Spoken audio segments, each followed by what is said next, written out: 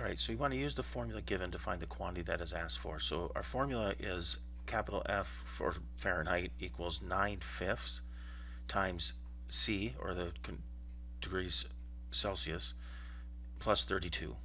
So we're going to convert 20 degrees Celsius to degrees Fahrenheit. So we're just going to plug in, for degrees Celsius, we're just going to plug in 20 for C in our equation. So our equation, we want to make sure we keep our composition. So we have F equals 9/5 times C. So 9/5 is a factor, times C, which is, and then again we're going to plug in the 20,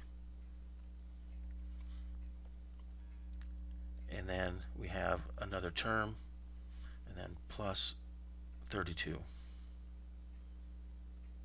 So in order to evaluate this, the first term, 9/5 times 20, that's just multiplication. We're going to cancel the 5 with the 20, leaving a factor of 4, and 9 times 4 is 36. So this term value is 36, and then we have the plus 32. So we have our two term values. We can add those together. We get F equals 36 and 32 is 68. So it would be 68 degrees Fahrenheit would how we state our answer. So for the next problem, convert -4 degrees Fahrenheit to degrees Celsius. So in this case, we're going to plug in -4 for F. So the F is on the left side. So, oops, excuse me.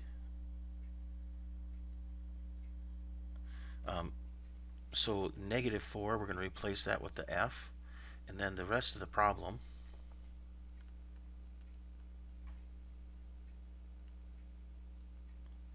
we plug in. So now in this case, we actually need to solve for C. We need to solve for this. So we have two terms on the right. We're going to isolate that variable term, so we're going to subtract 32 from both sides, or attach a -32 to both sides. The left side becomes -4, and -32 is -36, equals 9/5 times C. And then to get rid of this factor of 9/5, we're going to attach a reciprocal factor of 5/9 to both sides. So since that's a factor, well, then we can cancel the 5/9, leaving just C on the right side. On the left side, we're multiplying this, so now we can cancel the 9. We'll cancel with the -36, leaving -4 as a factor. 5 times -4 would be -20.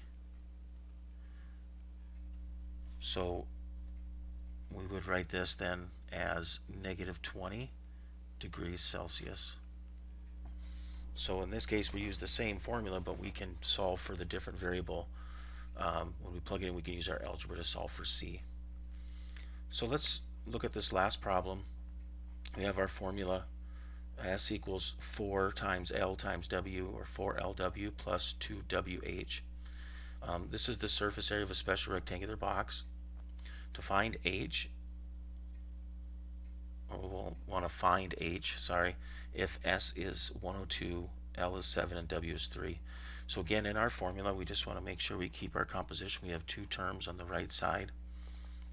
On the left side, we have S, which is 102, equals, then we have 4 times L.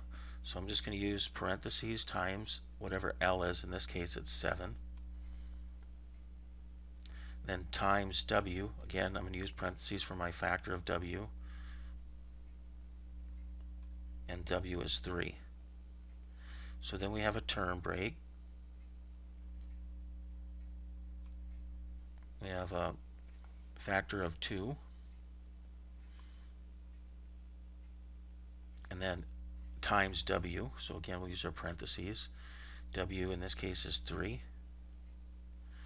And then times H, where H is our variable. We don't know what H is.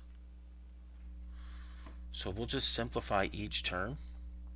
We'll have 102 equals 4 times 7 times 3, which is the same as 12. 4 times 3 is 12 times 7, and 12 times 7 is 84. So I'll just move this down a little bit. 102 equals 84, and then 2 times 3h would be plus 6h. So again, we'll isolate the variable term. We're trying to solve for h, so we'll attach a negative 84 to both sides. 84, or 102 minus 84 is 18, equals 6h. And then finally, to solve for h, we can cancel that factor of 6, and we get 3 equals h.